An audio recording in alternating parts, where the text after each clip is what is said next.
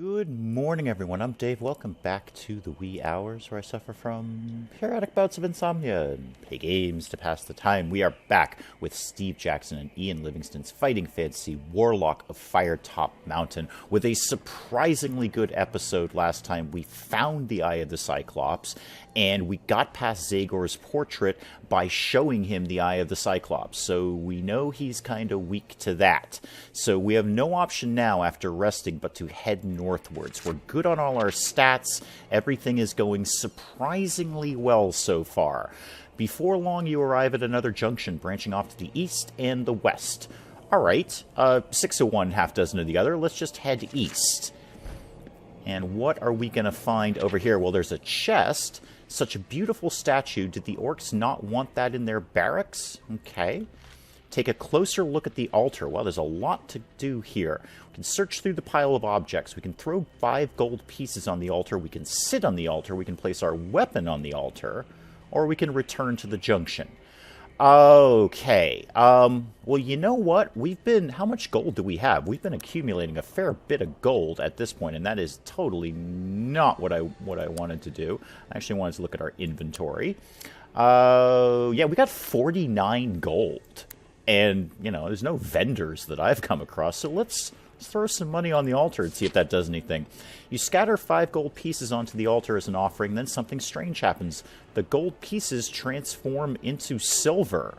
Okay, well, I'm glad I didn't put my weapon on that, or sit on it, for that matter. Minus 5 gold pieces, yeah, that's fine. Better that than me downgrading, or my weapon. You scoop up the silver and wonder what to do next. Let's search through the pile of objects. That seems logical. You rummage through the piles of strange silver objects. The animal sculptures in particular are quite lifelike and seem to all have an expression of shock. I'm very glad I didn't sit on the altar.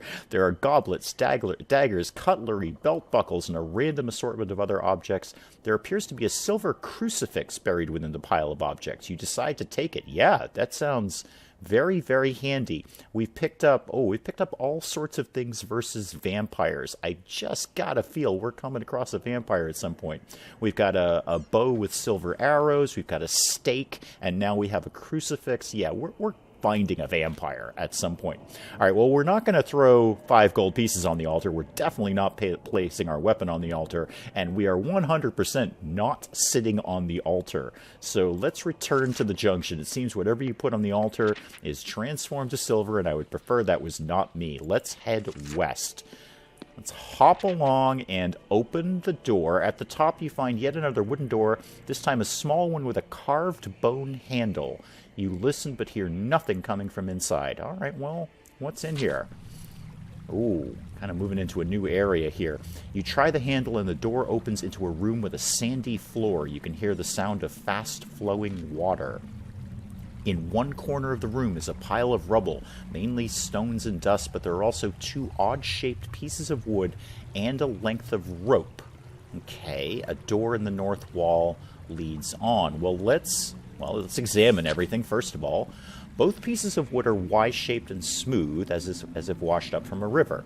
Well, sure, yeah, let's take them. Take everything. That's just game logic. You take the bits of wood and stow them in your pack. Perhaps they will come in handy later. So we've got 2 Y-shaped pieces of wood. Let's examine the rope.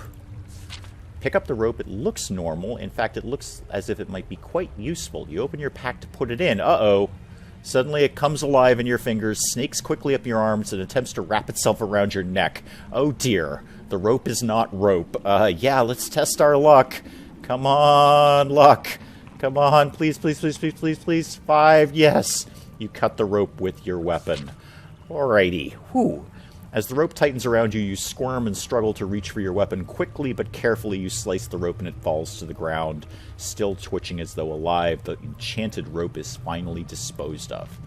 There appears to be magic littered throughout Firetop Mountain. Either Zagor is careless or he's up to something. Yeah, I'm probably going to go with he's up to something. You know, he is a warlock and whatnot.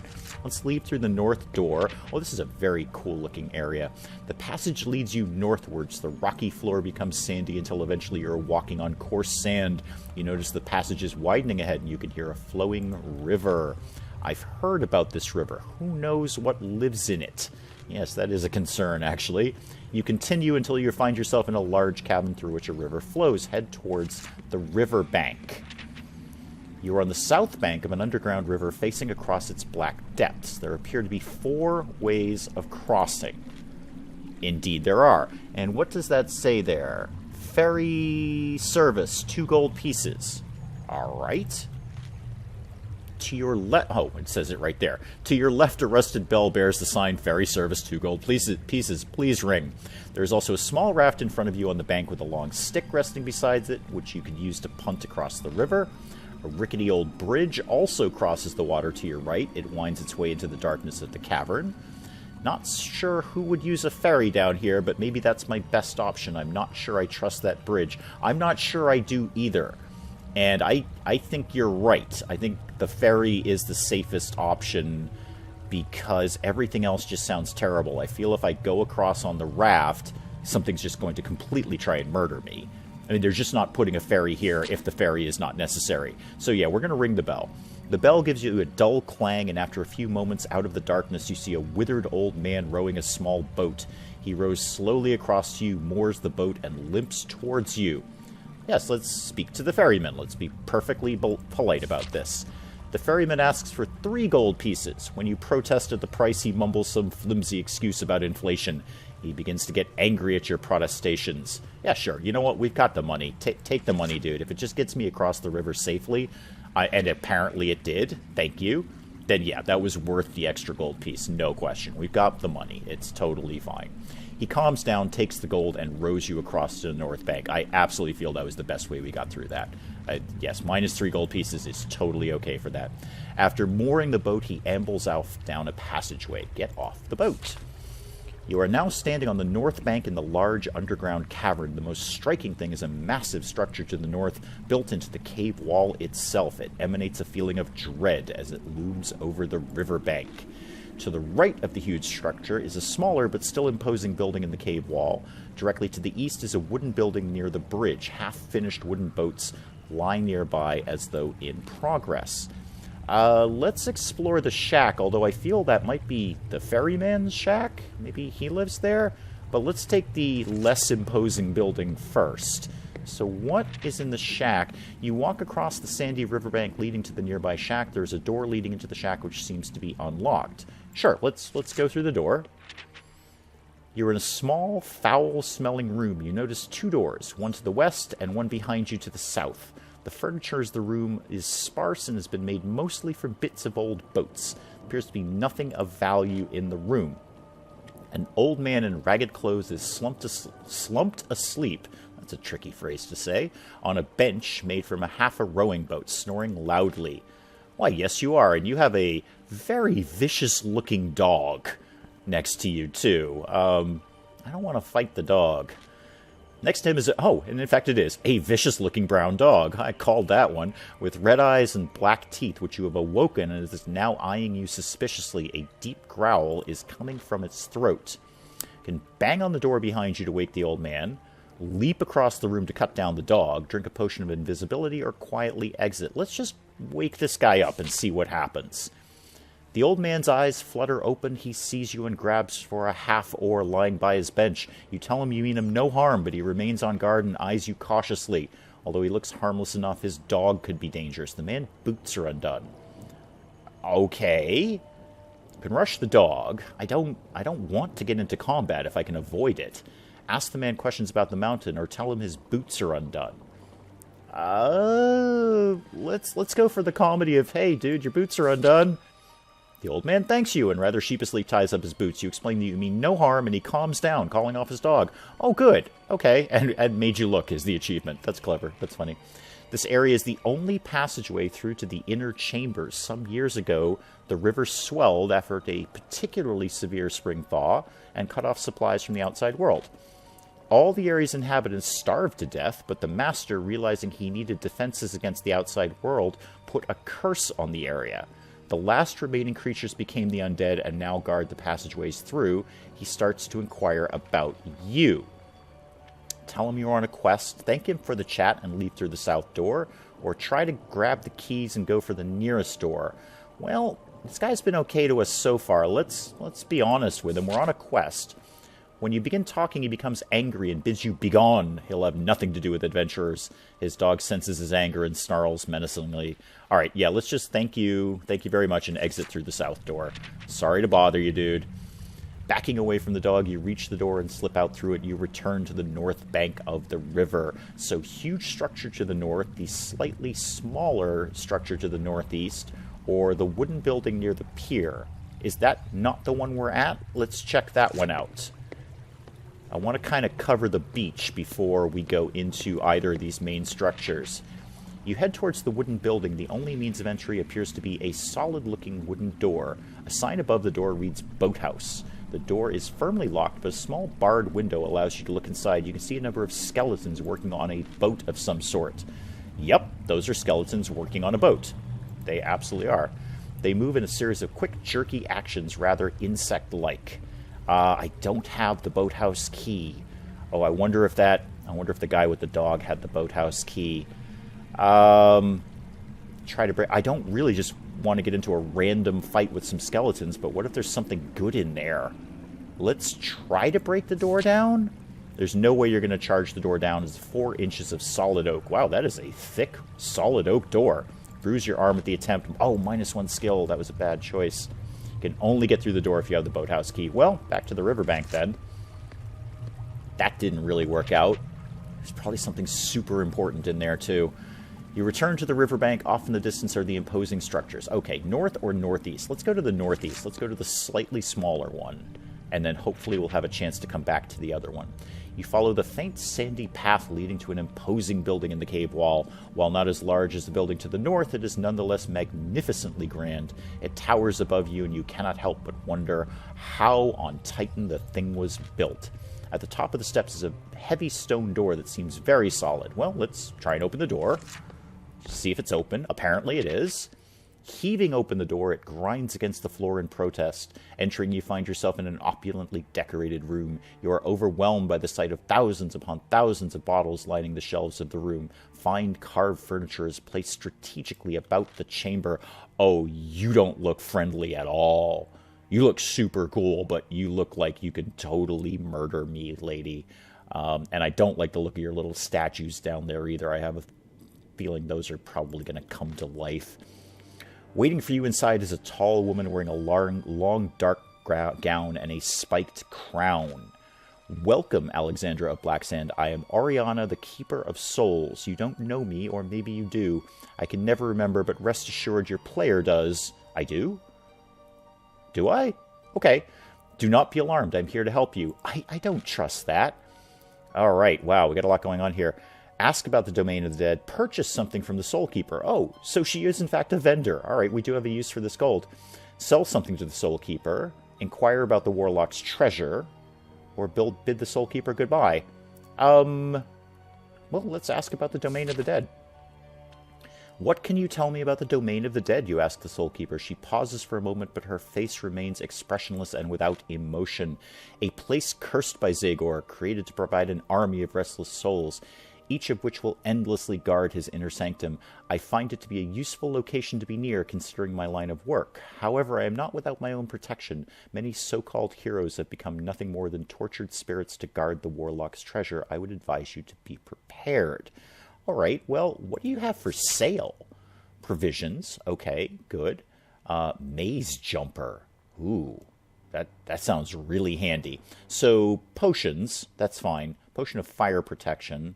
Invisibility, I actually already have one of those.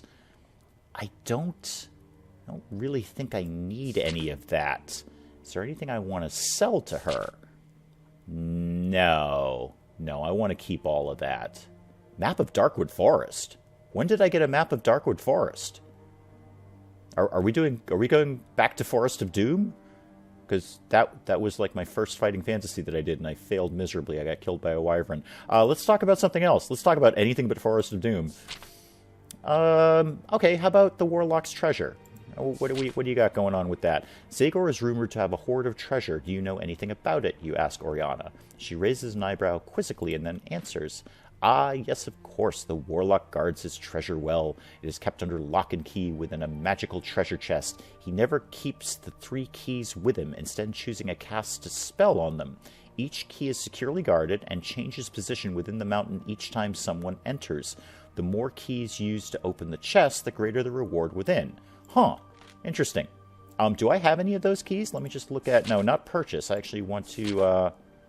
No, you know what? I'm good with you. You bid the Soul Keeper goodbye. Her presence makes you somewhat uneasy, and you are eager to leave. Goodbye, Alexandra Blacksand. I know we shall meet again. If not during this adventure, then during your next one. Not understanding what she means, you leave for the large structure set into the cave walls. Now, do I have any of those keys? Let me just give a real quick check here. Lantern, backpack, rope, potion... Okay, we have Zagor's key, so we have at least one of them. Interesting. Interesting. Okay. Well, let's walk to the structure in the north. We've kind of covered everything else here. You walk along the sand to the massive structure. A set of stone steps leads upwards into the structure itself. Near the steps, a path leads west to a tower leading upwards on the side of the main structure. Yeah, let's go to the tower. Let's try and cover everything that we can before we head into what clearly looks like the main building. You decide to walk westwards and reach the tower. The sandy path continues until you reach some stone steps that lead upwards. Just as you are about to climb the steps, you suddenly feel angry about being here, within Firetop Mountain, chasing some vague quest. I should have killed Kith when he suggested he send me on this awful quest. I really want to leave this place. Something strange seems to be happening to you, and it seems to be getting worse. Your anger and frustration increases. This place is affecting you somehow. -1 luck? Darn it. Okay. Do we go back to the main entrance, or do we climb the steps? Because that's probably going to get worse. And we can't really be affording to lose much more luck. I'm really not sure what to do here. I'm going to keep going towards the tower and seeing what happens. A light glows from the tower entrance. Yeah, let's walk towards the light. We don't actually have any other choice. Oh, there's something at the top of the steps. You walk through the opening, and before you know it, you've stumbled upon a set of spiral stairs. The stairs are cracked and old and do not seem to be held up by any supporting structure. Your thoughts are starting to become darker and more sinister. Oh, please don't let this end badly here. I can't shake the feeling that I need to hit someone or something very hard. Oh, no, another... No, I can't afford to lose more luck. -1 luck. I want to back out of here badly, but I want to see what's in here. Darn you, Fighting Fantasy.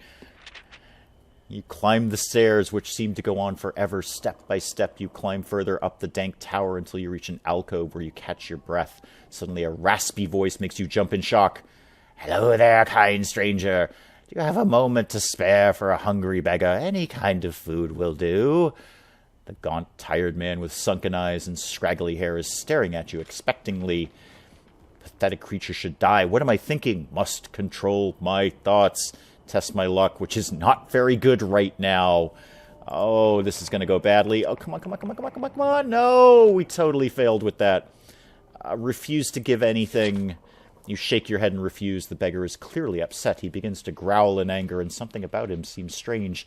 His teeth become sharp and pointed as he snarls, and as hair covers his face and arms, he grows taller before your eyes. Now 2 meters tall, his face has formed into a rat-like snout, and he is covered in hair. His hands have become sharp claws. He is transformed into a were-rat and begins to advance towards you. Suddenly he stops panting. Although he has transformed, the were-rat is still as gaunt as he was in his human form. The transformation has exhausted him, and he slumps to the ground, tired. How dare he attack me in rat form? He must surely die. No! Not another luck roll. Our luck is so bad right now. Oh, we totally failed that. Put him out of his misery. I'm really sorry, sir. Without hesitation or remorse, you draw your weapon and end the pitiful creature's life. The emaciated man does not even put up a struggle and crumples to the ground in a heap. You rifle through the beggar's meager possessions, but find nothing of value. It seemed the only thing that he owned was his life, and you have taken that away. All right, this does not go well. You turn away without a second glance and head towards the stairs leading upwards. Just please not another luck roll. Oh, what are we doing in this tower? This was a very, very bad choice. You continue up the staircase, which seems to have no end. The stone crumbling masonry causes you to slip many times, nearly causing you to tumble all the way down the tower. Thankfully, you are able to right yourself. You stop and rest at a crumbling alcove. A daunting stone statue of an imposing warrior looms over you. They stand stern but proud, sword planted into the ground. It feels as though the statue is on guard, warding off the domain of the dead's evil spirits. I'm still struggling to control my thoughts. A rage is taking me over. Oh no, not another luck check. We're not very good at these right now. Come on. Come on. Oh, close on that one. Kick the statue. I don't want to kick the statue. This is horrible. You give the statue a vicious kick. Now you have a sore foot. You hop around in agony from the pain of kicking a statue made of solid stone. -2 stamina. Oh, this tower's going to kill me. I'm not even going to go down to a fight. Despite the pain, that feeling of rage and anger seems to have subsided. I feel like my old self again. Yes, kicking statues. That's the way to mental health. Oh, these don't look good. You follow the steps further up the tower. Soon you notice an eerie blue glow emanating from further up the stairs. As you get closer, the light becomes more intense. You reach the source of the light. Set in stone is eerie, spidery writing. Each letter gives off an intense blue glow, and the words seem to slightly shift as you look at them, giving you a slight headache. Well, let's try and read the inscription, I guess. You try to focus out on the arcane words, clear your throat, and read them out. Midnim Ludtw Ludmid Rogaz. Suddenly you reel back in pain. Your mouth tastes like copper and your head feels as though it is full of cotton wool. You try in vain to focus, but it's no use. The words you have read must have been some kind of curse. -1 skill. Oh, we're getting wrecked in this place. Feeling hazy and dim-witted, you nonetheless press on. Why am I pressing on? I just want to go home. Okay, hopefully we're done with the tower. You continue to climb further up the stairs. You pass a crack in the wall, oozing an unpleasant-smelling slime. The goo is slowly forming a pool on the floor. Suddenly there is a rumbling sound. Oh dear. There's an explosion of brick and masonry as hideous slime worms burst out of the wall. You count 3 of them as they writhe towards you. These horrific beasts, long dead, have been reanimated by the slime itself. The creatures snake towards you with frightening speed.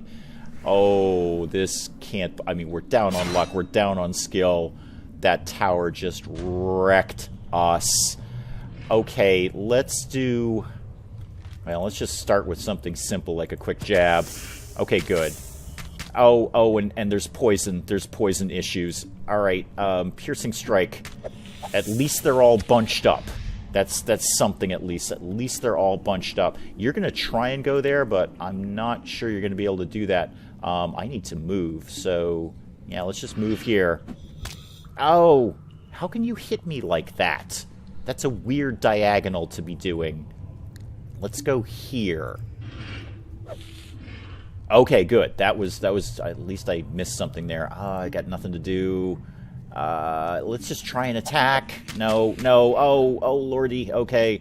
We're going down. We gotta move. We gotta move these. Oh, he shoved me. I don't think I've actually run into that before.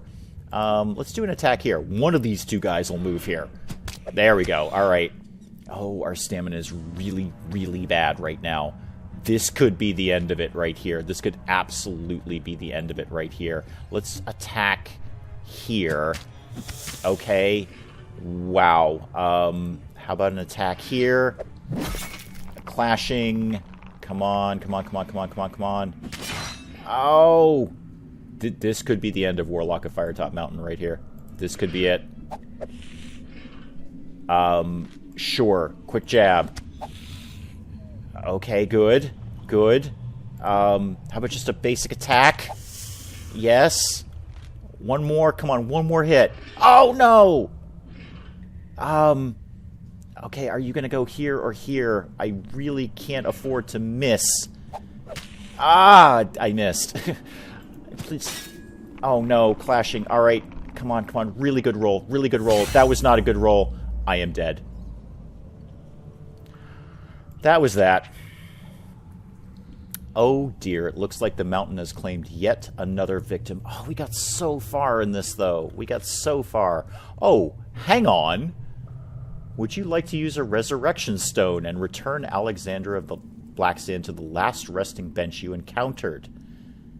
Yes. Yes, I do. I don't think that breaks my rule set of fighting fantasy. And you know what? See, this is the question for the viewers. Does this break my rule set? Because my rule set in fighting fantasy, all decisions are final. Whatever bad move I make, we're stuck with it. We live with it. If I die, I die. But if the game itself is giving me a resurrection stone to go back to my last save, is that breaking my rule set? Is that fair? Can I go back and start from my last save without breaking my all decisions are final rule set for fighting fantasy? That's up to you. Let me know in the comments, because I would love to get through Warlock of Firetop Mountain, but I do have a rule set in place, so you let me know if that's fair or not. I think it's fair. It's a game mechanic that is put in place that says I can go back to my last save, so I think that's kind of fair, but you let me know in the comments if we can go back to the last save and keep going with Warlock of Firetop Mountain, and let me know. Until then, I'm Dave. Thank you, as always, for joining me in the wee hours, and we'll see you next time.